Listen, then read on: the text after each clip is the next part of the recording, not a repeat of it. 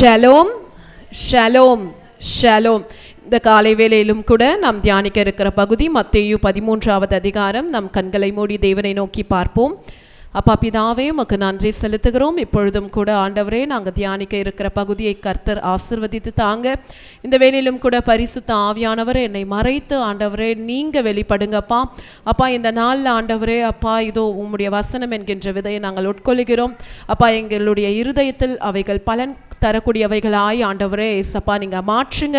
இந்த நாளில் எங்களோடு கூட நீங்கள் இடைபெற போவதற்காக நன்றி செலுத்துகிறோம். இயேசுவின் ரத்தம் ஜெயம், இயேசுவின் நாமத்தினால் பிதாவே, ஆமென். ஷலோம். கர்த்தர் தாமே உங்களை ஆசிர்வதிப்பாராக. ஆன்லைனில் பார்த்து கொண்டிருப்பவர்களும் நேரடியாக இந்த காலை தியானத்தில் கலந்து கொண்டிருக்கிறவர்களையும் கர்த்தர் தாமே ஆசிர்வதிப்பாராக.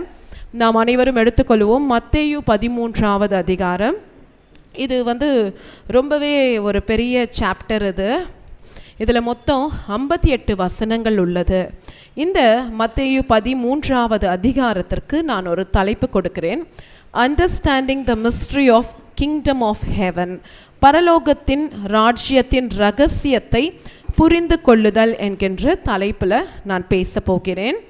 இதை நம்ம பிரிக்கணுன்னா மொத்தம் நிறைய சிறு பகுதிகளாய் நம்ம பிரிக்கலாம். ஆனால் நான் 2 பகுதிகளாக நான் மெயின் டைட்டலாக நான் பிரிக்கிறேன். 1 to 52 வரைக்கும் the parables of Jesus Christ. Yesu கிறிஸ்துவின் உவமைகளை குறித்து நம்ம பார்க்க போகிறோம். அடுத்தது 2வது பெரிய பகுதியாய் Jesus rejected at Nazareth. Nazareth ஊரில் இயேசு நிராகரித்ததை குறித்து தன்னுடைய சொந்த இனத்தாரிலேயே இயேசு கிறிஸ்து நிராகரிக்கப்படுகிறார். அதை குறித்து 53 to 58 வரைக்கும் நம்ம பார்க்க போகிறோம். அதில் அநேக 9 சிறு பகுதிகள் இருக்கிறது.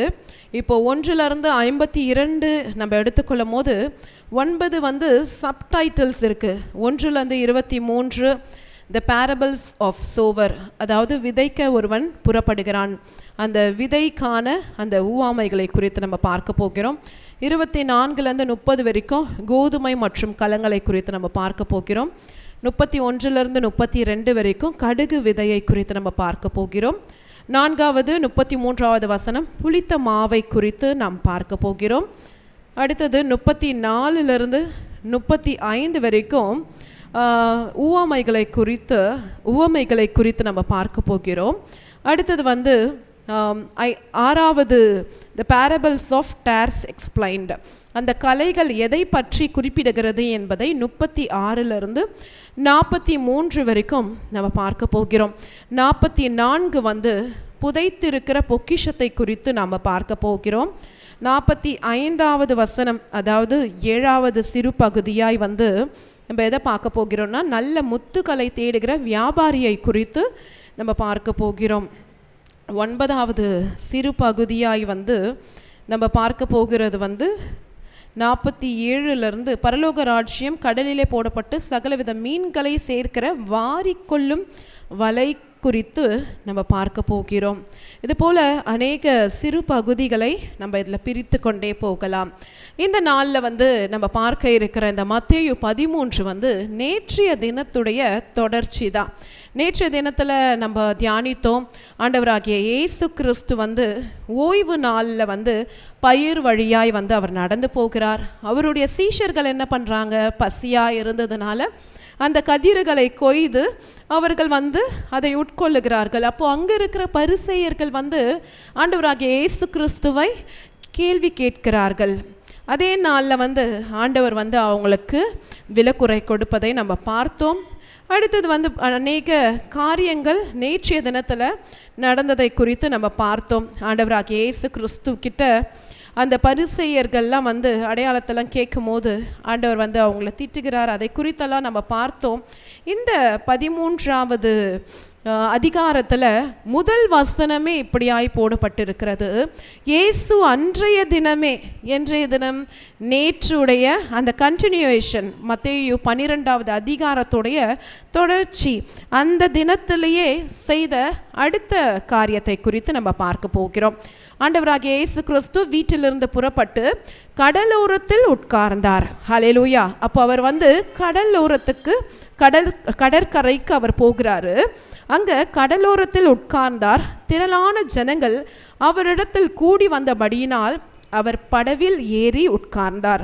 ஜனங்கள் எல்லோரும் கரையிலே நின்றார்கள். ஆண்டவராகிய இயேசு கிறிஸ்து ஒரு படகுல அவர் உட்கார்ந்து அவருடைய சொற்பொழிவை அவர் துவங்க போகிறார். அந்த திரளான ஜனங்கள், அதாவது மல்டிடியூட்ஸ்னு சொல்வாங்க ஆங்கிலத்தில். இன்றைக்கு ஆண்டவர் அநேக விதமான உவமைகளை அவர் சொல்லுகிறார். அதை யார்கிட்ட சொல்கிறாருன்னு பார்த்தீங்கன்னா, இந்த திரளான ஜனங்கள் கிட்ட தான். ஆனால் அவருடைய சீஷர்கள் அதை கேட்டு புரிந்து கொள்ளுகிறார்கள். நான் ஏற்கனவே கொடுத்த தலைப்பு பரலோக ராஜ்யத்தின் ரகசியத்தை புரிந்து கொள்ளுதல். யார் இந்த பரலோக ராஜ்யத்தின் ரகசியத்தை புரிந்து கொண்டார்கள் என்று பார்த்தால், அவர்களுடைய சீஷர்கள் அதை புரிந்து கொண்டார்கள். அதனால் ஆண்டவராகிய இயேசு கிறிஸ்து அவர்களை பாக்கியவான் என்கிறார். ஹல்லேலூயா. 10 16 வசனம் வரைக்கும் நம்ம வாசித்து பார்க்கும்போது ஆண்டவர் சொல்வார், இந்த ரகசியம் உங்களுக்கு கொடுக்கப்பட்டது. ஹல்லேலூயா. ஆனால் அவர்களுக்கு கொடுக்கப்படவில்லை. ஏனெனில் 12வது வசனம், உள்ளவன் எவனோ அவனுக்கு கொடுக்கப்படும், பரிபூரணமும் அடைவான். இல்லாதவன் எவனோ அவனிடத்தில் உள்ளதும் எடுத்துக்கொள்ளப்படும். அப்போ இந்த சீஷர்கள் அவர்கள் உள்ளவர்களாய் இருக்கிறாங்க, காதுள்ளவர்களாய், கேட்கிறவர்களாய், அதை புரிந்து கொள்ளுகிறவர்களாய் இருக்கிறார்கள். ஆனால் அங்கு இருக்கிற சில ஜனங்கள் மற்றும் அங்கு ஆண்டவரை கேள்வி செய்கிற ஒரு கூட்டம் ஒன்று கூடவே இருக்கு. அவங்கெல்லாம் ஆண்டவர் கேலி செய்ததுனால அவர்கள் காதிருந்தும் கேளாமலும், இருதயம் இருந்தும் உணராமலும், அடுத்தது கண்கள் இருந்தும் அவைகள் காணக்கூடாதபடிக்கு அவர்கள் இருக்கிறார்கள். மந்தமாய் அவர்கள் காணப்படுகிறார்கள். அதனால் அவங்களுக்கு அந்த ரகசியம் புரியவில்லை. அதனால் ஆண்டவராகிய இயேசு கிறிஸ்து அவருடைய சொற்பொழிவாற்றல் இந்த உவமைகளை அவர் இன்டைரக்டாக சொல்கிறாரு. ஆனால் அவருடைய சீஷர்கள் பாக்கியவான்களாக இருக்கிறார்கள், அதை புரிந்து கொள்ளுகிறார்கள். ஹல்லேலூயா. இன்றைக்கு நாமும் கூட அவருடைய சீஷர்களாக இருக்கிறோம், நம்ம பாக்கியவான்களாக இருக்கிறோம். ஹல்லேலூயா. நம்ம பக்கத்தில் பார்த்து சொல்லலாமா, நீங்கள் கர்த்தரால் ஆசீர்வதிக்கப்பட்டவர்கள், நீங்கள் பாக்கியவான்கள். ஹல்லேலூயா. நம்ம பாக்கியவான்களாக இருக்கிறோம். கர்த்தர் இந்த நாளில் அவருடைய வேதத்தின் ரகசியத்தை புரிந்து கொள்ள கர்த்தர் கிருபை செய்வாராக. ஹல்லேலூயா. நம்ம முதல் பகுதியை நம்ம வாசிக்க கேட்கலாம். முதல் 3-9 வசனங்கள் வரைக்கும் த பேரபிள்ஸ் ஆஃப் சோவர், அதாவது விதைக்கிறவன் ஒருவன் விதைக்கப்படுவதை குறித்து நம்ம வாசிக்க கேட்போம். இங்கு ஆண்டவராகிய இயேசு கிறிஸ்து ஒரு உவமை சொல்லுகிறாரு. விதைக்கிறவன் ஒருவன் விதைக்க புறப்பட்டு போனான். ஆண்டவர் இங்கே 4 விதமான இடத்துல அந்த விதைகள் விதைக்கப்பட்டதை குறித்து அவர் சொல்லுகிறார். ஹல்லேலூயா. சில விதைகள் அவன் எடுத்துக்கொண்டு போகும்போதே வழி அருகே விழுந்தது. அது பறவைகள் அதை பட்சித்து போட்டது. இது முதல் ஒரு விதை பாதி வழியில் விழுந்த விதைகள். அடுத்தது சில விதைகள் அதிக மண்ணில்லாத கற்பாறை இடங்களில் விழுந்தது. மூன்றாவது எந்த இடத்துல விழுந்ததுன்னு பார்த்தா முள்ளுள்ள இடங்களில் விழுந்தது. நான்காவது அந்த விதையோ நல்ல நிலத்தில் விழுந்தது. ஹல்லேலூயா. 4 விதமான இடத்தை குறித்து நம்ம இங்கு பார்க்க முடியும். 4 விதமான இடத்தை பற்றி இந்த வசனங்கள் குறிப்பிடுகிறது. ஆண்டவராகிய இயேசு கிறிஸ்து இந்த உவமைகளை சொன்ன பிறகு அவருடைய சீஷர்கள் ஏன் ஆண்டவரே அவர்களோட உவமைகளோடு பேசுகிறீர்கள் என்று அவர் கேட்கும் போது தான் ஆண்டவர் சொல்றாரு, உள்ளவன் எவனோ அவனுக்கு கொடுக்கப்படும், பரிபூரணமும் அடைவான். இல்லாதவன் எவனோ அவனிடத்தில் உள்ளதும் எடுத்துக்கொள்ளப்படும் என்று ஆண்டவர் சொல்றாரு. அடுத்தது ஆண்டவர் அவங்களுக்கு விளக்கம் சொல்றாரு. 18வது வசனத்தில் இருந்து 23வது வசனம் வரைக்கும் இந்த விதைகளை பற்றின விளக்கு உரையை ஆண்டவர் சொல்லுகிறார். ஹல்லேலூயா. நம்ம பார்க்கலாம். 18வது வசனம் இப்படியாய் போடப்பட்டிருக்கிறது. ஆகையால் விதைக்கிறவனை பற்றிய உவமையை கேளுங்கள். ஒருவன் ராஜ்யத்தின் வசனத்தை கேட்டும் உணராதிருக்கும் போது பொல்லாங்குகள் அவன் இருதயத்தில் விதைக்கப்பட்டதை பறித்து கொள்ளுகிறவன் அவனே வழியருகில் விதைக்கப்பட்டவன். ஹல்லேலூயா. அதாவது அந்த விதையை எடுத்துக்கொண்டு போனவன் யாருன்னு பார்த்தா மனுஷகுமாரன். ஹல்லேலூயா. Son of man. அந்த விதைகள் யார் என்று பார்த்தால் ஆண்டவருடைய வசனங்கள். அந்த வசனம் என்ன ஆச்சா, எடுத்துக்கொண்டு போகும்போதே சில வசனங்கள் வழி அருகே விழுந்ததாம். ஆனால் அந்த வழி அருகே விழுந்த விதைகள் எப்படிப்பட்டதாய் காணப்படுகிறது என்றால், விழுந்த உடனே பொல்லாதவன், அதாவது சத்ரு அந்த விதைகளை பறித்து கொண்டு போகிறான். பறவைகள் எடுத்து கொண்டு போனது என்று நம்ம பார்த்தோம் இல்லையா? அதாவது 4வது வசனத்தில் அப்படிதான் சில மனிதர்கள் அங்கு இருந்து ஆண்டவருடைய வார்த்தையை கேட்டுக்கொண்டிருக்கிறாங்க. ஆனால் அந்த மனிதர்கள் அந்த வார்த்தையை இருதயத்தில் எடுத்துக்கொள்ளும் போதே பொல்லாங்கான காரியங்கள் அந்த வசனங்களை எடுத்து போட்டு விட்டது. ஹல்லேலூயா. அப்போ அந்த இருதயத்தில் கிரியை செய்ய முடியல. ஆண்டவருடைய வசனம் வல்லமையுடையதாக இருக்கிறது. ஆனால் அந்த இடத்துல அந்த பொல்லாதவன் விதைத்த அந்த காரியங்கள் தான் பலன் தரக்கூடியவைகளாய் காணப்படுகிறது. ஆனால் ஆண்டவருடைய வசனம் பலன் தரக்கூடாதபடிக்கு இந்த பொல்லாதவன் ஆண்டவர் வார்த்தையை எடுத்து போடுகிறான். 20வது வசனம், கற்பாறை இடங்கள் விதைக்கப்பட்ட விதைகள் எப்படிப்பட்டதாய் காணப்படுகிறது என்றால், அந்த வசனத்தை கேட்டு உடனே அதை சந்தோஷத்தோடு ஏற்றுக்கொள்ளுகிறவன், ஆகிலும் தனக்குள்ளே வேறில்லாதவனாய் கொஞ்ச கால மாத்திரம் நிலைத்திருப்பான். வசனத்தின் நிமித்தம் உபத்திரவும் துன்பமும் உண்டாவன உடனே இடரல் அடைவான். ஹல்லேலூயா. நம்ம பார்த்துருப்போம், அநேக பேர் அற்புதம் அடையாளத்துக்காக ஆண்டவரை தேடி வருவாங்க. எனக்கு இதுக்காக ஜெபித்து கொள்ளுங்க அப்படிலாம் கேட்பாங்க. ஆனால் அவங்களுக்கு அந்த காரியம் நடைபெற்ற பிறகு எங்கே போனாங்கன்னே தெரியாது. அவங்க திரும்ப நம்ம கூப்பிட்டா கூட வரமாட்டாங்க. அவங்களுடைய வேலையில் என்கேஜ்ட் ஆகிடுவாங்க. இங்கே ஆண்டவர் அதுதான் சொல்கிறாரு, இந்த விதைகள் கற்பாறையில் விதைக்கப்பட்ட ஒரு விதையை போன்றது. ஆண்டவருடைய வசனத்தை கேட்டு உடனே ஏற்றுக்கொள்ளுவாங்களாம். ஆனால் கொஞ்ச காலத்தில் அவங்களுக்கு ஒரு உபத்திரம் வருது, ஒரு பாடு வருதுன்னா பின்மாற்றத்தில் போயிடுவாங்க. இந்த கற்பாறை எதை குறிப்பிடுகிறது என்றால், அதாவது ஒரு பாறையான ஒரு இடம் இருக்கிறது என்றால் அங்கே சரியாக வேர் போய் ஊன்றி வளரக்கூடிய தன்மை இல்லாத இடம். அடுத்தது அங்கே இருக்கிற கொஞ்சம் ஈரப்பதத்தை கொண்டு கொஞ்ச நாள் தான் வளரும். அடுத்தது வெயில் வந்த உடனே அது காய்ந்து போய்விடும். அப்படிதான் நம்மளுடைய இருதயத்தில் நம்ம பண்படுத்தாமல் ஆண்டவருடைய வசனத்தை பண்படுத்த முடியாதபடிக்கு நம்மளுடைய இருதயம் கடினப்பட்டு இருந்துச்சுன்னா ஆண்டவருடைய வசனம் உள்ளே போகாது. அது பலன் தர முடியாதபடிக்கு நம்மளே அதை அடைத்து விடுகிறோம். அப்போ கொஞ்ச நாள் ஆண்டவருடைய வசனத்தை கேட்போம். ஆனால் ஒரு பிரச்சனை வரும்போது ஆண்டவரை குறை சொல்லிட்டு பின்மாற்றத்தில் போகிற மனிதர்களுக்கு அது ஒப்பாயிருக்கிறது. ஹல்லேலூயா. அடுத்தது 22வது வசனம், முள்ளுள்ள இடங்களில் விதைக்கப்பட்டவர்கள் எப்படி இருப்பார்கள் என்பதை குறித்து பார்க்க போகிறோம்.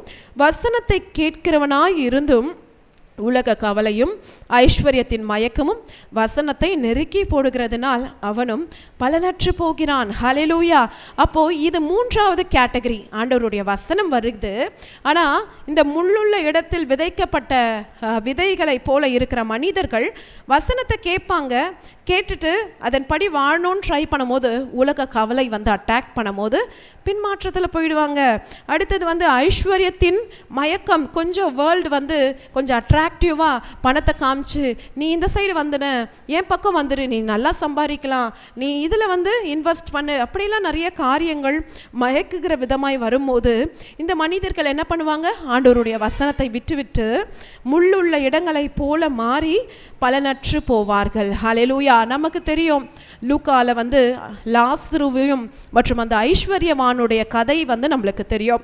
அந்த ஐஸ்வர்யவானுக்கு ஆண்டவராகிய இயேசு கிறிஸ்து யாருன்னு அவனுக்கு தெரிந்திருக்கலாம். லாசருவை பார்க்கிறான். ஆனால் அந்த ஐஸ்வர்யவான் என்ன பண்ணுறான், அவன் இப்படிப்பட்ட ஐஸ்வர்யத்தின் மயக்கத்தினால அவனுடைய இருதயம் அப்படியே கடினப்படுகிறது. இருவரும் மரித்து போகும் நாளில் அந்த இருவருடைய ஆத்துமா பரலோகத்திற்கு எடுத்துக்கொள்ளப்படுகிறது. ஆனால் அந்த ஐஸ்வர்யவானுடைய பெயர் பரலோகத்தில் இல்லாததுனால அவன் நரகத்துக்கு தள்ளப்படுகிறான். அப்போ அங்கிருந்து ஆபிரகாம் மடியில் இளைப்பாறுகிற லாசருவை பார்த்து அவன் பேசுகிறான். அப்போது அந்த நேரம் மனம் திரும்புகிற ஒரு காலம் அல்ல. ஆனால் நம்ம உலகத்தில் வாழும் போதே ஆண்டவருடைய வார்த்தை நமக்கு நேராய் வரும்போதே ஆண்டவர் நம்மளுக்கு கிருபை கொடுத்திருக்கிறார். ஹல்லேலூயா. நம்ம இப்போவே மனம் திரும்பும் போது, இப்போவே ஆண்டவருடைய வார்த்தையை கேட்டு நம்ம உட்கொண்டு நம்மளுடைய இருதயத்தில் வந்து அது பலன் தரக்கூடிய விதமாய் நம்மளுடைய இருதயத்தை நம்ம கடினப்படுத்தாமல் நம்ம வந்து அதை மென்மை ஆக்கும் போது நிச்சயம் நாமும் ஆசீர்வாதமாக இருக்க முடியும். நம்ம அநேகரையும் நம்ம ஆண்டவருடைய வார்த்தையை சொல்லி அவர்களையும் கனி கொடுக்கும்படிக்கு அவர்களை உயிர்ப்பிக்க முடியும். ஹல்லேலூயா. அப்போது நம்மளுக்கு கொடுத்திருக்கிற இந்த காலத்திலே நம்ம மனம் திரும்பும் போது நம்ம இந்த முள்ளுள்ள இடமாய் இருக்காமல் நம்ம வந்து நல்ல நிலமாய் நம்ம மாறுகிறோம். ஹல்லேலூயா. அடுத்தது 23வது வசனம். நல்ல நிலத்தில் விதைக்கப்பட்ட விதைகள் எப்படி இருக்கிறது என்றால், வசனத்தை கேட்கிறவனும் உணர்கிறவனுமாய் இருந்து 100ஆகவும் 60ஆகவும் 30ஆகவும் பலன் தருவான். ஹல்லேலூயா. அப்போ இன்றைக்கு நம்ம வந்து உய்த்து ஆராய்ந்து பார்ப்போமே, நம்மளுடைய இருதயம் எப்படிப்பட்டதாக இருக்கிறது. நம்மளுடைய இருதயத்தில் கைகளை வைத்து கொள்ளலாமா? நம்ம ஆண்டவர்கிட்ட நம்ம கேட்போம், ஆண்டவரே என்னுடைய இருதயம் எப்படிப்பட்டதாக இருக்கிறது. இந்த 4 விதமான கேட்டகரியை பார்த்தோம். எங்கள் இருதயம் நல்ல நிலமாய் மாறட்டும்ப்பா. உங்கள் வசனத்தை நாங்கள் கேட்கும் போது அதை கேட்டு உட்கொண்டு அதன் பலன் தர எங்கள் இருதயத்தை ஒரு நல்ல நிலமாய் மாற்றும். ஆமேன். இயேசுவின் நாமத்தினால் பிதாவே, ஆமேன். ஹல்லேலூயா. அப்போ இன்றைக்கு நம்மளுடைய இருதயம் வந்து நல்ல நிலமாய் மாறும்போது நம்ம வசனத்தை கேட்கிறோம். அடுத்தது அந்த வசனம் என்ன பண்ணும்? நம்மளுக்கு உணர்த்தும். ஒரு பாவம் நம்ம செய்ய போகிறோம் என்றால் ஆண்டவருடைய வசனம் என்ன பண்ணுறோம்? இருபுறமும் கருக்குள்ள பட்டயம். அது நம்மளை கண்டித்து உணர்த்தும். இப்படி பண்ணாத, இப்படி பேசாத, இந்த செயல் செய்யாத, இது ஆண்டவருக்கு பிடிக்காது என்று நம்மளை உணர்த்தும். அந்த உணர்வு வரும்போது நம்மளுடைய இருதயம் என்ன ஆகுது? அந்த கடின தன்மையிலிருந்து விலகி அது வந்து ஒரு கல்டிவேட் பண்ண நிலம், அதாவது உழப்பட்ட நிலத்தை போல அந்த எருதுகள்லாம் வந்து அந்த நிலத்தில் உழுந்து நல்லா மென்மைப்படுத்தி வைத்திருப்பாங்க. அப்போ அந்த விதைகளை தூவும் போது என்ன ஆகும்? அந்த விதைகள் டீப்பாக போய் அது நாளுக்கு நாள் வந்து நல்லா உள்ள டீப்பாக ஊன்று அது வெளியே வந்து பலன் தரக்கூடிய அந்த பயிர்களாய் மாறும். அப்படியாக ஆண்டவருடைய வசனம் நமக்குள்ள போகும்போது ஆண்டவர் வந்து அதன் பலன் தரும்படிக்கு 100 மடங்காகவும், ஹல்லேலூயா, 60 மடங்காகவும் 30ஆகவும் ஆண்டவர் பலன் தர கிருபை செய்வார். ஹல்லேலூயா. நிச்சயமாகவே கர்த்தர் அப்படிப்பட்ட இருதயத்தை நாம் ஒவ்வொருவருக்கும் அவர் தருவாராக. அடுத்தது 24லிருந்து 30 வரைக்கும் கோதுமைக்குள் களைகளை விதைக்கப்பட்ட உவமைகளை குறித்து நம்ம பார்க்க போகிறோம். நாம் எடுத்து வாசிப்போம் 24லிருந்து 30 வரை. இந்த உவமைகள் எதை குறித்துன்னு பார்த்தா, கோதுமையோடு சேர்ந்து வளருகிற களைகளை குறித்து நம்ம பார்க்க போகிறோம். இங்க ஆண்டவர் அடுத்த உவமைகளை சொல்லுகிறார். என்னவென்றால், ஒரு மனுஷன் நித்திரை செய்யும் போது அவனுடைய சத்துரு வந்து அந்த கோதுமை மணிகளுக்குள்ளவே இந்த களைகளை விதைத்து விட்டு போய்விடுகிறானா. அந்த பயிரானது வளரும் போது அது தெரியாது. எப்படின்னா, அந்த கோதுமை போலவே வந்து அது வளரும், ஆனால் அது கூட வளரும் போது தெரியாது. அந்த அறுவடை நேரத்தில் தான் பார்க்கும் போது அந்த கோதுமை மணிக்கும் அந்த களைக்கும் வித்தியாசமே தெரியும். ரெண்டுமே ஒன்று போல தான் காணப்படும் அது. ஆனால் அந்த அறுவடை நேரத்தில் இதுடைய கலர், இந்த கோதுமையுடைய கலர் பார்த்திங்கன்னா நல்ல க்ரீன் கலராக நல்ல சூப்பராக இருக்கும். ஆனால் அந்த களைகள் வந்து பார்க்குறதுக்கே வித்தியாசமாக அது இருக்கும். அது என்ன பண்ணுமா? இந்த கோதுமையோடவே சேர்ந்து வளரும். இது அந்த கோதுமை கிட்ட இருக்கிற அந்த நியூட்ரிஷன் மற்றும் நல்ல ஒரு தன்மைகளை எல்லாம் உரிந்து விடுகிறதாய் காணப்படுகிறது. இங்கிலீஷில் பார்த்தீங்கன்னா டேர்ஸ்னு சொல்லுவாங்க. இது வந்து இந்த களைகள் வந்து என்ன பண்ணுமா? அந்த கோதுமையுடைய சத்துவங்களெல்லாம் எடுத்துக்கொண்டு கடைசியில் வந்து அந்த கோதுமை வந்து பலன் தரக்கூடாதபடிக்கு அதை வந்து ஒரு விஷத்தன்மை உள்ளவைகளாய் அது மாற்றிவிடும். இந்த களைகள் வந்து அதை உட்கொள்ளும் போது அந்த மனுஷனுக்கு ஆபத்து விளைவிக்குமா. அப்போது ஆண்டவர் வந்து இந்த உலகத்தில் தான் நம்மளையும் வந்து வைத்திருக்கிறார். ஹல்லேலூயா. ஆண்டவருடைய பிள்ளைகள், ரட்சிக்கப்பட்ட நாம் வந்து கோதுமை மணிகளை போல இருக்கலாம். ஆனால் வந்து பிசாசானவன் என்ன பண்ணுறான்? இந்த கலைகளை, இந்த அட்ராக்ஷனை கொஞ்சம் கொஞ்சமாக இந்த உலகத்துடைய ஈர்ப்புகளை நமக்கு காட்டும் போது அந்த கலைகள் வந்து கூட சேர்ந்தே வளருகிறது. ஆனால் ஆண்டவர் வந்து இந்த வீட்டு எஜமான் வந்து பரலோக தந்தையை குறிப்பிடுகிறது. இங்கு அந்த வேலைக்காரர்கள் வந்து சொல்லுகிறாரா, ஆண்டவரே உங்களுடைய நிலத்தில் நல்ல விதை விதைத்தீர் அல்லவா, ஆனால் சில இந்த கலைகளும் கூட வளருகிறது, சத்ரு வந்து அதை செய்துவிட்டு போய்விட்டான், நான் போய் அதை பிடுங்கி விடட்டுமா என்று வேலைக்காரர்கள் கேட்கிறார்களாம். ஹல்லேலூயா. ஆனால் அந்த வீட்டு எஜமான் என்ன சொல்றார், வேண்டாம், அந்த களைகளை பிடுங்கும் போதும் நீங்கள் கோதுமையும் கூட வேரோடு பிடுங்காதபடிக்கு, அப்போ அந்த களைகளெல்லாம் பிடுங்கும் போது என்ன ஆகும், அந்த கோதுமைகளும் சேர்ந்து வந்துடும், அதனால அது வளரட்டும், அந்த அறுப்பு காலம் வரும்போது முதலாவது தேவையில்லாத களைகள் எல்லாம் பிடுங்கி நான் நெருப்பில் சுட்டெரித்து விடுவேன். ஹல்லேலூயா. அப்போ இன்றைக்கு ஆண்டவர் நமக்கும் ஒரு எச்சரிப்பின் செய்தியை கொடுக்கிறார். ஹல்லேலூயா. நம்ம இந்த உலகத்தில் நம்ம வாழ்ந்து கொண்டு இருந்தாலும் நம்ம எப்படி இருக்கிறோம், கோதுமை மணியை போல இருக்கிறோமா, இல்லை களைகளை போல பலன் தராதபடிக்கு விஷத்தன்மை நிறைந்த அந்த களைகளாய் நம்ம இருக்கிறோமா? ஆண்டவருடைய வருகை வரும்போது அவருடைய ராஜ்யத்தில் நம்ம சேர்த்து கொள்ளும்படிக்கு அந்த நல்ல கோதுமை மணிகளை போல நம்ம மாற வேண்டும். நம்ம களைகளை போல இருந்தா இங்க ஆண்டவருடைய வசனம் சொல்லுகிறது, பிடுங்கி அவைகளை சுட்டெரித்து போடுவார்கள் என்று. அப்போ நம்ம அனுதினமும் ஆண்டவருடைய ரட்சிப்பின் பாதையில நம்ம நடக்கும் போது ஜாக்கிரதை உள்ளவர்களாய் ஆண்டவருடைய வார்த்தையை கேட்டு நம்ம பலன் தரவர்களாய் நம்ம மாற வேண்டும். ஹல்லேலூயா.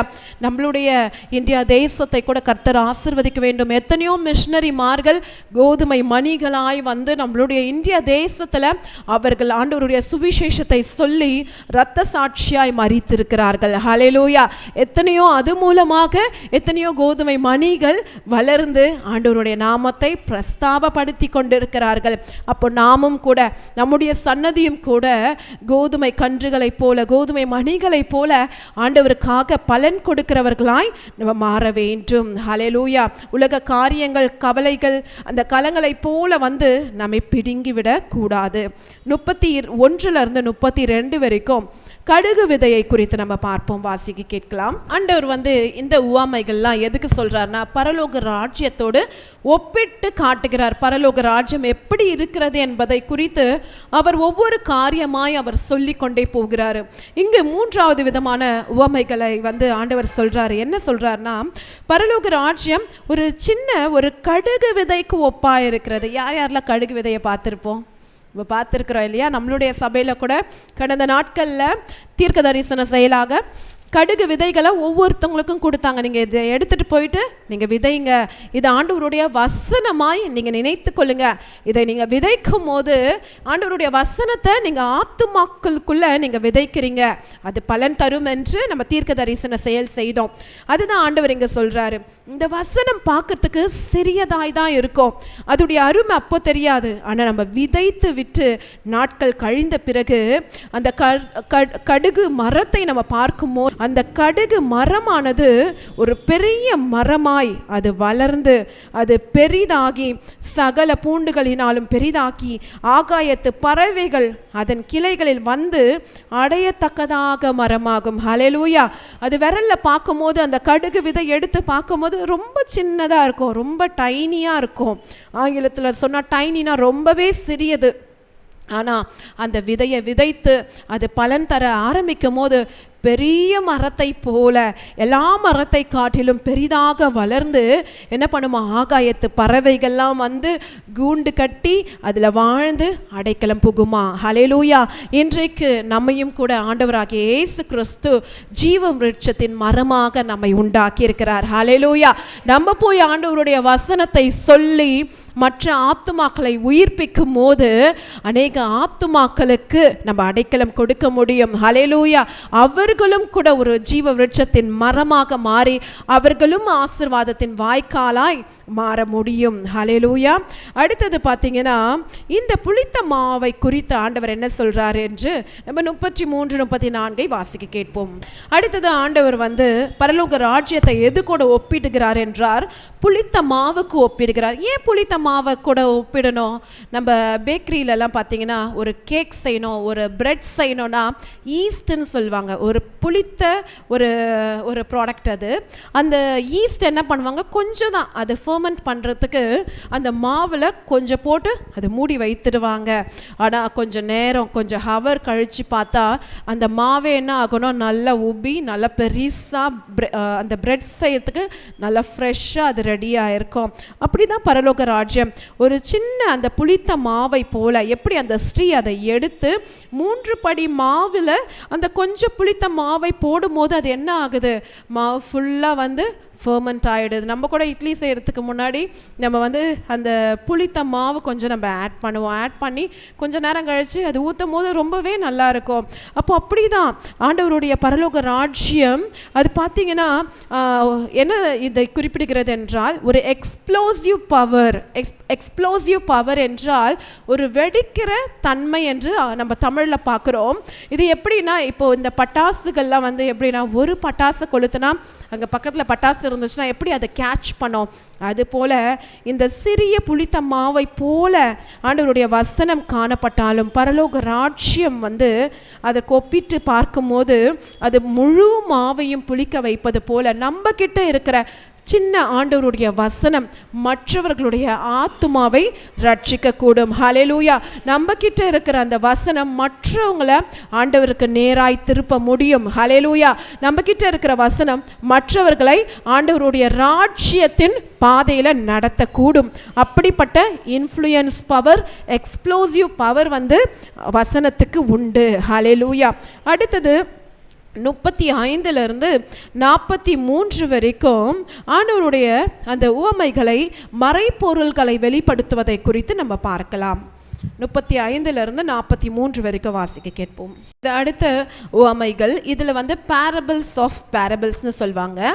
ஆண்டவர் வந்து இந்த உவமைகளை வந்து தன்னுடைய சீஷர்களுக்கு வெளிப்படுத்துகிறார். ஆண்டவராகிய இயேசு கிறிஸ்து இந்த உவமைகள்லாம் வந்து சொன்ன பிறகு அவர் வீட்டுக்கு செல்லுகிறார். அடுத்தது சீஷர்கள் வந்து அவர்கிட்ட கேட்குறாங்க, ஆண்டவரே இவ்வளோ நேரம் அந்த விதையை பற்றி சொன்னீங்க, நிலத்தை பற்றி சொன்னீங்க, கலைகளை பற்றி சொன்னீங்க, அப்படின்னா என்னது எங்களுக்கு வெளிப்படுத்துங்கன்னு கேட்கும்போது ஆண்டவர் சொல்கிறாரு, நல்ல விதை என்பது விதைக்கிறவன் யார் என்று பார்த்தால் மனுஷகுமாரன். ஹல்லேலூயா. அந்த மனுஷன் ஒருவன் விதையை விதைக்க சென்றான் அல்லவா, அது யாரை குறிப்பிடுகிறது என்றால் மனுஷகுமாரனை குறிப்பிடுகிறது. அடுத்தது நிலம் என்றால் உலகம். ஹல்லேலூயா. அடுத்தது நல்ல விதை என்றால் ராஜ்யத்தின் புத்திரர். கலைகள் என்றார் பொல்லாங்கானுடைய புத்திரர். அவைகள் விதைக்கிற சத்ரு வந்து பிசாசு. அப்போது இந்த உலகத்தில் நம்ம வாழ்ந்து கொண்டு இருக்கிறோம், இந்த நிலத்தில் நம்ம வாழ்ந்து கொண்டு இருக்கிறோம். ஆண்டவருடைய வசனமும் நமக்கு நேராய் வருகிறது. அடுத்தது இந்த உலகத்தில் அநேக வந்து ஆண்டவருடைய வசனத்திற்கு எதிராக செயல்படுகிற பொல்லாதவனுடைய விதைகளும் இருக்கிறது. ஹல்லேலூயா. எத்தனை பேர் நம்புகிறோம், ஆண்டவருடைய வசனத்தை நல்லா கேட்டுட்டு நம்ம சொல்லுவோம், ஆனால் வந்து கொஞ்ச நேரத்திலே வந்து நிறைய டிஸ்ட்ராக்ஷன் வரும், நமக்கு எதிராக அநேக பிரச்சனைகள் வரலாம். அது பொல்லாதவன் கொடுக்கிற ஒரு விதைகளை போல. ஆனாலும் மறந்துட வேண்டாம், உலகத்தில் இருக்கிறவனை காட்டிலும் நமக்குள் இருப்பவர் பெரியவர். ஹல்லேலூயா. அப்போ நமக்குள் இருப்பவர் நிச்சயம் வந்து நம்மை ஜெயம் கொள்ளும்படிக்கு அவர் நமக்கு கிருபை பாராட்டுவார். அப்போ இந்த பிசாசானவன் அவனுடைய கெட்ட விதைகளை விதைத்தாலும் ஆண்டவர் என்ன பண்ணுவாரா, கடைசி நாளில் வந்து டிஃப்ரென்ஷியேட் பண்ணுவார். இந்த உலகத்தின் முடிவு நாட்களில் என்ன பண்ணுவார் ஆண்டவர் வந்து, ஆண்டவருடைய வருகை வரும்போது மனுஷகுமாரன் என்ன பண்ணுவார், தேவ தூதரை அனுப்பி தனக்கு உண்டானவைகள் எல்லாவற்றையும் வந்து முதலாவது சேர்ப்பார். ஹல்லேலூயா. அதாவது இன்னொரு அதிகாரத்தில் கூட ஆண்டவருடைய வசனம் வந்து போடப்பட்டிருக்கும். ஆண்டவருடைய பிள்ளைகள், அதாவது செம்மறி ஆட்டையும் வெள்ளாட்டு கடாக்களையும் தனித்தனியாக ஆண்டவர் வந்து பிரிப்பார். அப்போது ஆண்டவருடைய ராஜ்யத்திற்கு உட்பட்டவர்கள் ஒரு கேட்டகரியாகவும், அடுத்தது பிசாசின் ராஜ்யத்திற்கு உட்பட்டவர்கள் இன்னொரு பகுதிகளாகவும் ஆண்டவர் வந்து பிரிப்பார். அப்போது ஆண்டவருடைய வருகை வரும்போது, ஆண்டவருடைய 2ஆம் வருகையில் என்ன பண்ணுவாங்க, ஆண்டவர் மீண்டுமாக அவருடைய பிள்ளைகள் எல்லாம் அவருடைய ராஜ்யத்துக்கு உட்பட்ட ஜனங்களை எல்லாம் ஒரு பக்கத்தில் சேர்ப்பாங்க. அந்த பிசாசுடைய தூதர்கள், பிசாசுக்கென்று ஆயத்த பண்ணப்பட்ட எல்லா அந்த பொல்லாத மனுஷன்கள், அவர்கள்லாம் என்ன பண்ணுவாங்க, அடுத்த பகுதியாய் வந்து பிரிக்கப்படுவார்கள். அப்போ ஆண்டவர் ராஜ்யத்துக்கு உட்பட்டவர்கள் ஆண்டவரோடு கூட எடுத்துக்கொள்ளப்படுவார்கள். ஆனால் இந்த பிசாசுடைய காரியங்களை வைத்திருக்கிறவர்களோ அக்கினி சூளையில் போடப்படுவார்கள். அங்கு அழுகையும் பற்கடிப்பும் உண்டாயிருக்கும். ஹல்லேலூயா. இந்த நேரத்தில் கூட இந்த கதையை நான் ஏற்கனவே சொல்லியிருக்கிறேன், நான் மீண்டுமாக சொல்ல விரும்புகிறேன். ரட்சிக்கப்பட்ட மனிதனும் ரட்சிக்கப்படாத ஒரு பொல்லாப்பான மனிதனும் 2 பேர் வாழ்ந்து கொண்டு இருக்கிறார்களாம். அவங்க 2 பேரும் ஒரு நல்ல நண்பர்கள். 2 பேரும் பார்த்திங்கன்னா, ஒரு மனிதன் ரட்சிக்கப்பட்டு ஆண்டவரை ஏற்றுக்கொண்ட மனிதன். அவனுடைய நண்பன் பார்த்திங்கன்னா ரட்சிக்கப்படவே இல்லை.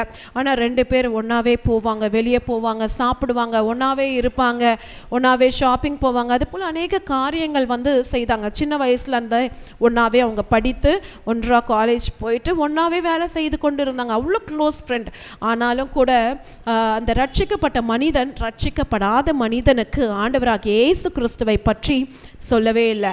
அந்த மனிதன் அநேக பாவங்கள் எல்லாம் செய்து அவன் வாழ்ந்து கொண்டிருந்த ஒரு மனிதனாய் காணப்பட்டான். ஒரு நாள் இருவரும் வேகமாக ஹைவேல அவங்க வண்டி ஓட்டி கொண்டு போகும்போது அந்த மனிதனுக்கு 2 பேருக்கும் ஆபத்து நேரிடுகிறது. அப்போ அந்த ரட்சிக்கப்படாத தன்னுடைய நண்பன் மரித்து போய் விடுகிறான். ஹல்லேலூயா. அவனுடைய ஆத்துமா பரலோகத்துக்கு எடுத்து கொள்ளப்படுகிறது.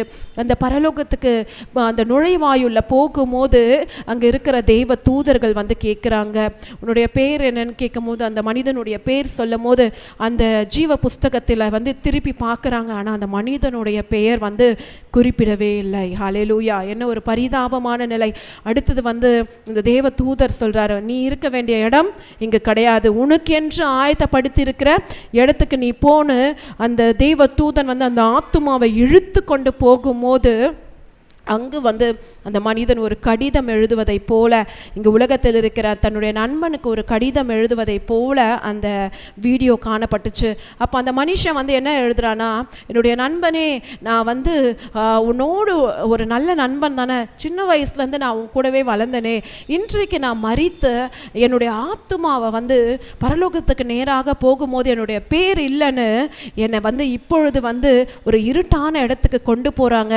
நீ ஆண்டவர் பிள்ளை தானே, அன்றைக்கே நீ ஆண்டவராகிய இயேசு கிறிஸ்துவை பற்றி என்கிட்ட சொல்லியிருந்தா இன்றைக்கு எனக்கு அந்த நிலைமை வந்திருக்காதுல்ல, நானும் ரட்சிக்கப்பட்டிருப்பல, என்னுடைய ஆத்துமாவும் பரலோகத்தில் இளைப்பாரி இருக்கோம் இல்லையா. இன்றைக்கு நான் நீ அறியாத ஒரு இடத்துக்கு நான் போய் கொண்டிருக்கிறேன். அந்த இடம் முழுவதும் இருளாக இருக்கிறது, எங்கே பார்த்தாலும் அழுகை நிறைந்ததாகவும் பற்கடிப்பு நிறைந்த இடமா இருக்கிறது. என் நண்பனே, என்னை நீ கைவிட்டுட்டியேன்னு ஒரு அழுக்குறலோடு ஒரு ஆத்துமா எழுதுவது போல அந்த வீடியோ காணப்பட்டுச்சு. இன்றைக்கு ஒருவேளை நம்மளுடைய நண்பர்கள், நம்மளுடைய உற்றார் உறவினர்கள் ஒருவேளை யாராச்சும் ரட்சிக்கப்படலைன்னா இன்றைக்கு சுவிசேஷம் அறிவிப்பது நம் மேல் விழுந்த கடமையாக இருக்கிறது. ஹல்லேலூயா. நம்ம பக்கத்தில் பார்த்து சொல்லலாமா, நீங்கள் எல்லோருக்கும் சமயம் வாய்த்தாலும் சமயம் வாய்க்காவிட்டாலும் ஆண்டவருடைய சுவிசேஷத்தை சொல்லிடுங்க. ஹல்லேலூயா. அந்த ஆத்துமா என்ன பண்ணோம், விலையேற பெற்றது ஆண்டவருடைய பார்வையில் ரட்சிக்கப்படும் போது ஆண்டவர் சமூகத்தில் அது சேர்க்கப்படும். ஹல்லேலூயா. அடுத்தது நம்ம 44 46 வரைக்கும் நம்ம வாசித்து பார்க்கும்போது புதைத்திருக்கிற பொக்கிஷத்திற்கு ஒப்பாய் இருக்கிற பரலோக ராஜ்யத்தை பற்றி நம்ம பார்க்க போகிறோம். இங்கு 44வது வசனம், அன்றியும் பரலோக ராஜ்யம் நிலத்தில் புதைத்திருக்கிற பொக்கிஷத்திற்கு ஒப்பாயிருக்கிறது. அதை ஒரு மனுஷன் கண்டு மறைத்து அதை பற்றி சந்தோஷத்தினாலே போய் தனக்கு உண்டான எல்லாவற்றையும் விற்று அந்த நிலத்தை கொள்ளுகிறான். மேலும் பரலோக ராஜ்யம் நல்ல முத்துக்களை தேடுகிற வியாபாரிக்கு ஒப்பாயிருக்கிறது.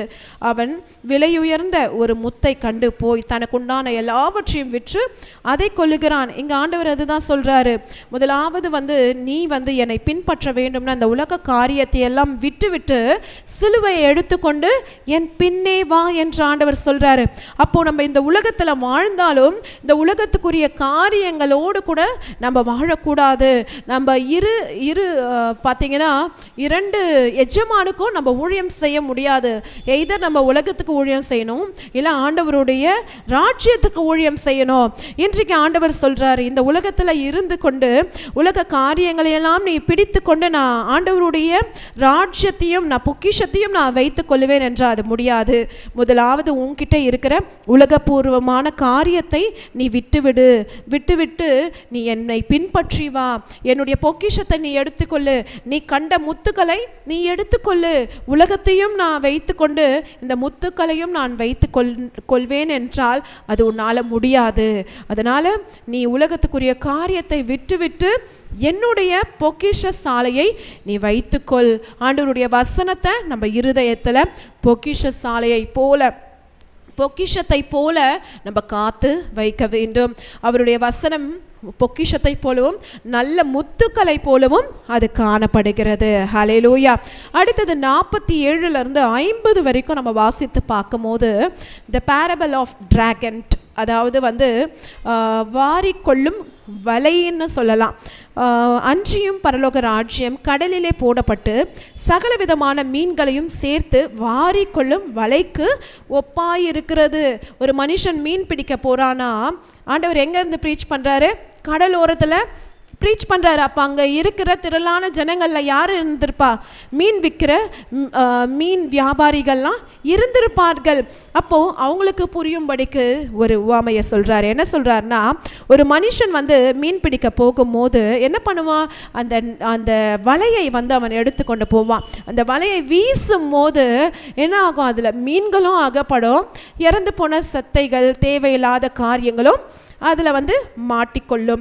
அது அப்படி தான் பரலோக ராஜ்யமும் இருக்கிறது. ஆண்டவருடைய வசனம் எல்லாருக்கும் ஈக்குவலாக தான் ஷேர் பண்ணப்படுகிறது. அவருடைய சுவிசேஷம் எல்லோருக்கும் தான் அது போய் சேர வேண்டும் என்று ஆண்டவருடைய வசனம் விதைக்கப்படுகிறது. ஆனால் எடுத்துக்கொள்ளுகிற இருதயம் எப்படிப்பட்டதாக இருக்கிறது? அது நல்ல நலமாக இருக்கிறதா?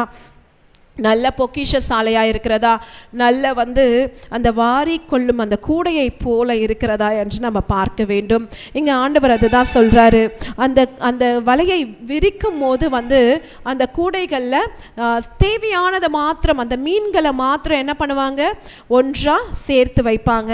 தேவையில்லாதது, ஆகாததெல்லாம் என்ன பண்ணுவாங்க?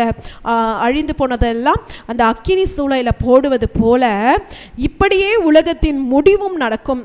தேவ தூதர்கள் புறப்பட்டு 49வது வசனம், நீதிமான்கள் நடுவில் இருந்து பொல்லாதவர்களை பிரித்து அவர்களை அக்கினி சூளையிலே போடுவார்கள், அங்கே அழுகையும் பற்கடிப்பும் உண்டாயிருக்கும். ஹல்லேலூயா. ஆண்டவர் மீண்டும் மீண்டும் நமக்கு எச்சரிப்பின் சத்தத்தை அவர் தொனித்து கொண்டே இருக்கிறாரு. நம்ம இன்றைக்கு மரித்தோன்னா நம்மளுடைய ஆத்துமா எங்கே போகும்? ஆண்டவருடைய ராஜ்யத்தில் அது போய் சேருமா?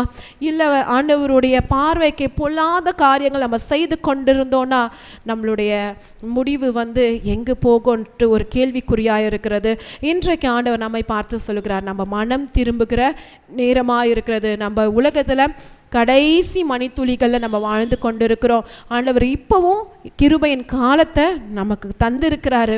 இந்த நேரத்தில் நம்ம மனம் திரும்பும் போது, ஆண்டவருக்கு பிரியமில்லாத காரியங்களை விட்டு நம்ம ஆண்டவர் பக்கம் நம்ம திரும்பும் போது நிச்சயம் அவர் பக்கம் நம்ம சேர்க்கப்படுவோம். ஹல்லேலூயா. அவருக்காக அநேக ஆத்துமாக்களை ஆயத்தப்படுத்தவும் கூடும் என்று ஆண்டவர் சொல்லுகிறார். ஹல்லேலூயா. அடுத்தது கடைசி பகுதி. இங்கே 52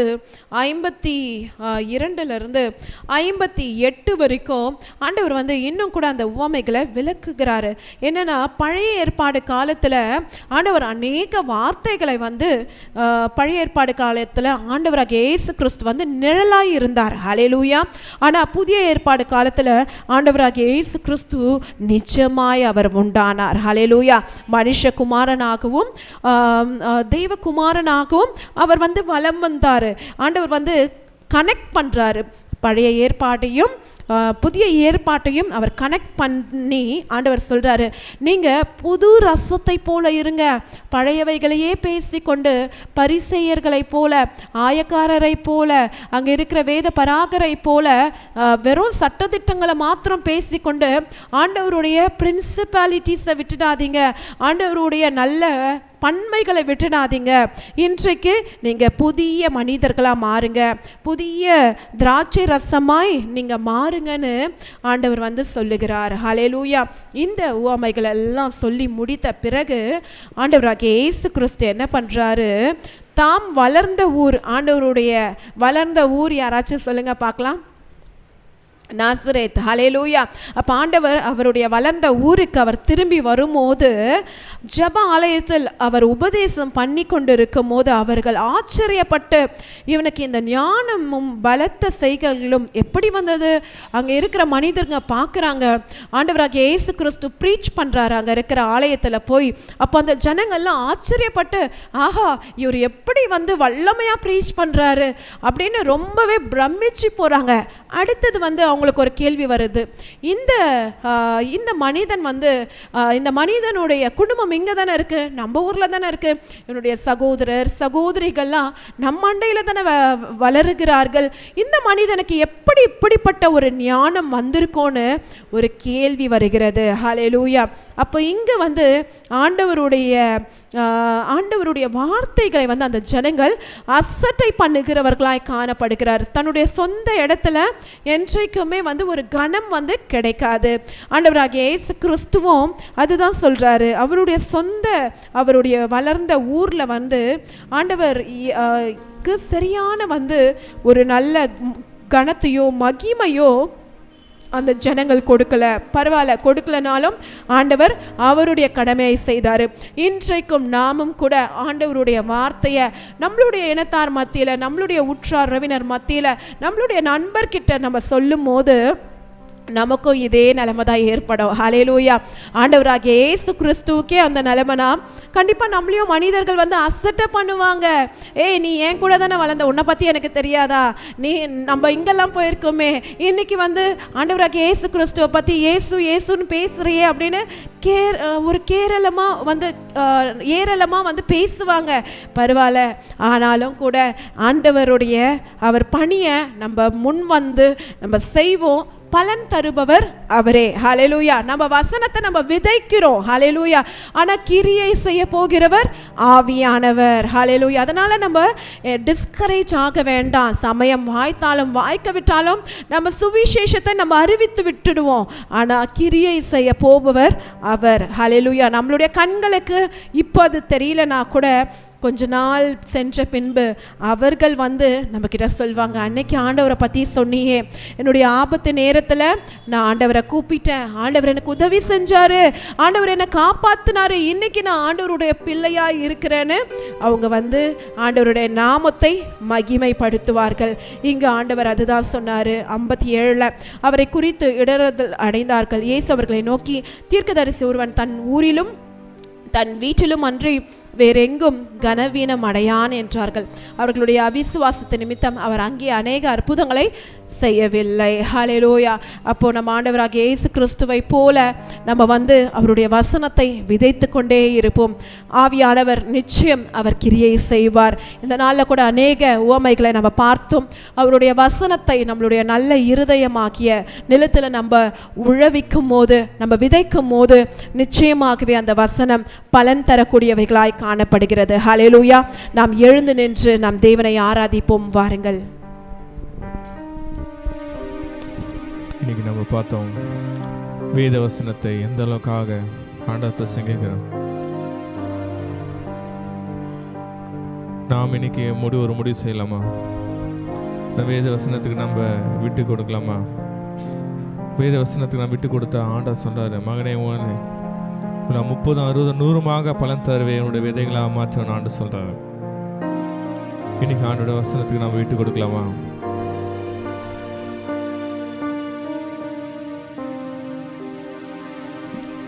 சத்திய வேதம் பக்தரின் கீதம், சுத்தர்கள் போகும் பாதையின் தீபம், உத்தம மார்க்கம் காட்டும்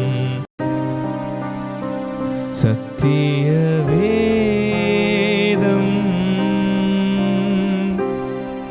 எத்தனை துன்பம் துயரம் வந்து பக்தனை தேற்றிடும் ஔஷதம்.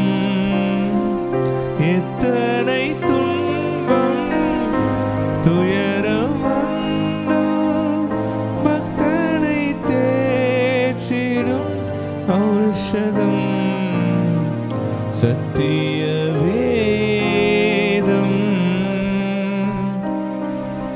எங்களை மகாயிருக்கும் கிருபையும் அன்பின் எங்கள் அன்பின் தகப்பனப்பா, இந்த கால வேலையிலப்பா நீர் எங்களோடு பேசின சத்திய வசனத்துக்காக நன்றி சொல்கிறப்பா. இம்மட்டும் எங்களோடு நீ பேசினீர், அசைவாடினீர் தகப்பனப்பா. நீர் எங்களோடு நீ வாசம் செய்ய ஆளுக செய்ய வேண்டத்துங்க. இயேசு முழுஞ்ச நல்ல பிதாவே, ஆமேன்.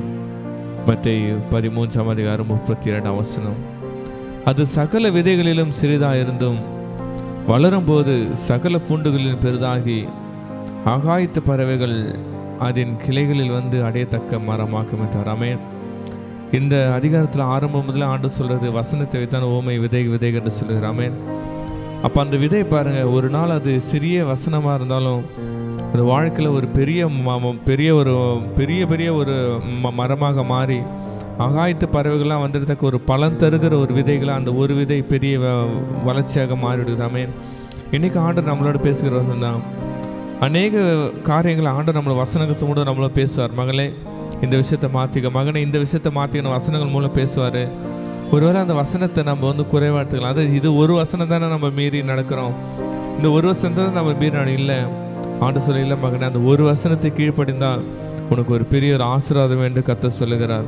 அந்த ஒரு வசனத்துக்கு சின்ன வசனத்தை கீழ்ப்படி ஒரு ஆசீர்வாதம் பெரிதாக இருக்கும். இது நிமித்தம் பல பேர் நன்மை அடைவார்கள் என்று ஆண்டவர் நம்ம சொல்லுகிறார். நம்ம கண்ணில் மூடி கர்த்தரை நோக்கி நம்ம பார்க்கலாமா? இது நமக்கு ஆண்டவர் கிடைப்பட்ட நேரம். அநேக முறை ஆண்டவர் வசனத்தை வைத்து நம்மோடு பேசி கொண்டிருந்தாலும் நம்மளும் ஒருவேளை அந்த முள்ளுள்ள செடியை போல, ஒருவேளை அந்த கற்பாறை நிலத்தை போல நம்ம கடினமாக்கி, ஆண்டவரே இந்த வசனத்துக்கு என்னால் கீழ்ப்படிட முடியலப்பா, என்னை மன்னிச்சிருங்க, நான் வேறு வசனத்துக்கு கீழ்ப்படுகிறேன் அப்பா, இந்த வசனத்துக்கு என்னால் இப்போ நான் கீழ்ப்படியலப்பா, அப்புறமா கீழ்ப்படுறேன்னு சொல்லிட்டு நம்ம ஒரு வசனத்தை நம்ம புறம்பா தள்ளுகிறோமா? இன்னைக்கு ஆண்டவரை ஒப்பு கொடுப்பா, என்ன நான் அந்த வசனத்தை நான் கீழ்ப்படுகிறேன்ப்பா, அந்த வசனத்தை எனக்குள்ள கிரியை செய்ய நான் இடம் கொடுக்குறேன்ப்பா, அந்த வசனம் என்னுள் கிரியை செய்யட்டப்பா, அந்த வசனத்துக்கு நான் கீழ்ப்படுகிறேன்னு சொல்லிட்டு ஆண்டு சமத்தை நம்ம ஒப்படைத்து நம்ம செப்பிக்கலாமா? ஆண்டவரை கேட்போம். ஆண்டவர் ஏதோ ஒரு வசனம் நம்ம மேலே அசட்டை பண்ணிட்டு அந்த அந்த வசனத்தை இப்போ நாம் நினைவு கூறுவோம். கர்த்தர் நம்மோடு சொல்லுவார், மகளை இந்த வசனத்துக்கு நீ கீழ்ப்படுறா, மற்ற காரியங்கள்லாம் செய்கிற, ஆனால் இந்த வசனத்தை கீழ்ப்படிய மாட்டோம் நம்மளை உணர்த்தும் போது அந்த வசனத்துக்கு நம்ம கீழ்ப்படுத்த ஆண்டு சமத்தை ஒப்பு கொடுக்கலாமா?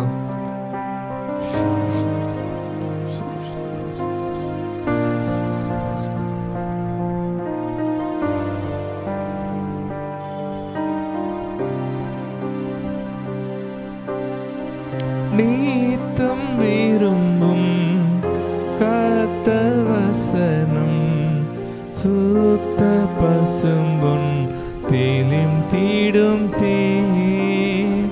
நீத்தம் விரும்பும் கர்த்தர் வசனம் சுத்த பசும்பொன் தேலிம் தீடும் தே.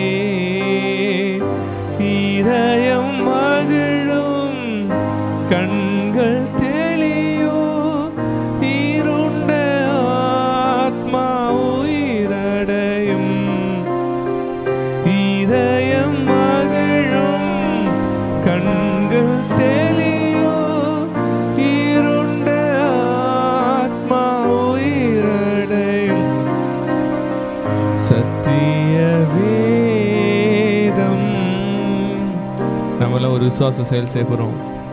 நம்ம கிட்ட இருக்கிற வேதாந்தத்தை நம்ம இருதயத்தில் வச்சு இறுக்கி அணைத்து பிடிச்சுக்கலாமா? சொல்ல போறேன், ஏசப்பா உங்க வசனத்தை விட மாட்டாப்பா, உங்க வசனத்தை விட மாட்டாப்பா, சாரிப்பா, உங்க வசனம் சொல்ல சொல்ல நான் கீழ்ப்படியாம போயினப்பா, இனிமேட்டு உங்க வசனம் எனக்குள்ள கிரியை செய்யட்டாப்பா, அப்படியே இருதயத்துக்குள்ள போகட்டாப்பா, அப்படியே எனக்குள்ள கிரியை செய்யட்டாப்பா. வசனத்துக்கு இது கற்பாறை நிலம் போல வசனம் சொல்ல சொல்லையப்பா நான் கீழ்ப்பட அந்த மன்னிக தகப்பனப்பா. இப்போது இயேசுவின் நாமத்தை நான் செபிக்கிற தகப்பன, இந்த வசனங்களை எங்கள் இருதயத்துக்குள்ள போவதாக தகப்பன, இருதயத்தில் போகக்கூடாத தடைகளை உண்டு பண்ணுகிற பொல்லாத கிரைகளை இப்போது நாங்கள் கட்டி சபித்து கட்டுகிறப்பா. நாங்கள் நல்ல நிலைகளை மாறுவோம் தகப்பன. இயேசுவின் நாமத்தை இந்த வசனங்கள் பலன் தந்து அநேக பேர் பலன் தட விதைகளை மாறுவதாக தகப்பனப்பா. எங்களுடைய இந்த வசனங்கள் இயேசுவின் நாமத்தை இருந்து பாய்வதாக தகப்பனப்பா. இன்றைக்கு நாங்கள் வீட்டுக்கு போகும்போது அப்பா, நாங்களும் ஒரு நல்ல விதையாண்டு சுமந்து கொண்டவர்களாய், நல்ல விதையாண்டு விதைக்கிற ஒரு நிலமாக எங்கள் இருதயத்தை நீர் மாற்றிருக்கிறவர்கள் நன்றி செலுத்துகிறப்பா. மாறாதவங்க பிரசன்ன கொடுத்தப்பா, நீர் தாமை ஆளுகை செய்யுங்கப்பா, வழி நடத்துங்க. இயேசு முடிச்ச நல்ல பிதாவே, ஆமென். சகோதர சகோதரிகளே, இந்த நாளிலும் கூட நம்ம பார்த்தோம், பரலோக ராஜ்யத்தின் உவமைகளை குறித்து நம்ம பார்த்தோம். இன்றைக்கு பரலோக ராஜ்யம் அந்த விதைக்கப்பட்ட அந்த மனிதனுக்கு ஒப்பாயிருக்கிறது. அந்த புளித்த மாவை போல, கடுகு விதைகளை போல, அந்த வாரிக்கொள்ளும் கூடையை போல நம்ம அநேக வார்த்தைகள் நம்ம இன்றைக்கு கேட்டோம். இன்றைக்கு ஆண்டவர் நம்ம கிட்ட எதிர்பார்க்கிற காரியம், அந்த புளித்த மாவு அது எப்படி சிறியதாக இருந்தாலும் அதுக்குள்ள ஒரு எக்ஸ்ப்ளோசிவ் பவர், அது கொஞ்சம் வைத்திருந்தாலும் அது பெரிதாக்குகிற ஒரு தன்மை உடையது. இந்த நாளிலும் கூட நம்ம கிட்ட இருக்கிற சிறிய வசனம் என்கின்ற விதை மற்றவங்களுடைய வாழ்க்கையில விதைக்கும் போது அது பெரிய தாக்கத்தை உண்டு பண்ணும். ஹல்லேலூயா. இன்றைக்கு நம்மளுடைய கண்கள் அதை காணவில்லை என்றாலும் வரும் நாட்கள்ல கர்த்தருடைய வசனம் அது வளர்ந்து பலன் தரக்கூடிய விதமாய் அது மாறும். இந்த நாளில் கூட ஆண்டவர் நம்மை பார்த்து அவர் கேட்டுக்கொள்ளுகிறார், இன்றைக்கு என்னுடைய வசனத்தை நீ விதைக்க ஆயத்தமாய் என்று. ஹல்லேலூயா. இன்றைக்கு அப்படிப்பட்ட ஆயத்தமாய் உள்ள நபர்கள் இன்றைக்கு நம்ம ஒரு அடி முன்பாக வைக்கலாமா? ஹல்லேலூயா. நம்ம முன்பாக வைக்கும் போது பரலோகத்தின் தந்தை நம்மை பார்த்து கொண்டிருக்கிறாரு. நம்மளுடைய கைகளை பரலோகத்துக்கு நேராய் நம்ம உயர்த்தி காட்டலாம். ஆண்டவரே, உங்களுடைய வசனத்தை நான் விதைக்க போகிறேன்ப்பா. அப்பா, நான் உங்களுடைய வசனத்தை மற்றவங்களுடைய வாழ்க்கைக்கு நான் கொண்டு போய் சேர்க்க போகிறேன். இதோ அது சிறியதாய் இருந்தாலும் அது ஒரு பெரிய தாக்கத்தை, ஒரு பெரிய எக்ஸ்ப்ளோசிவ் பவரை, ஒரு பெரிய இன்ஃப்ளூயன்ஸ் பவரை மற்றவங்களுடைய வாழ்க்கையில உண்டாக்கும் என்பதை நான் விசுவாசிக்கிறேன்ப்பா.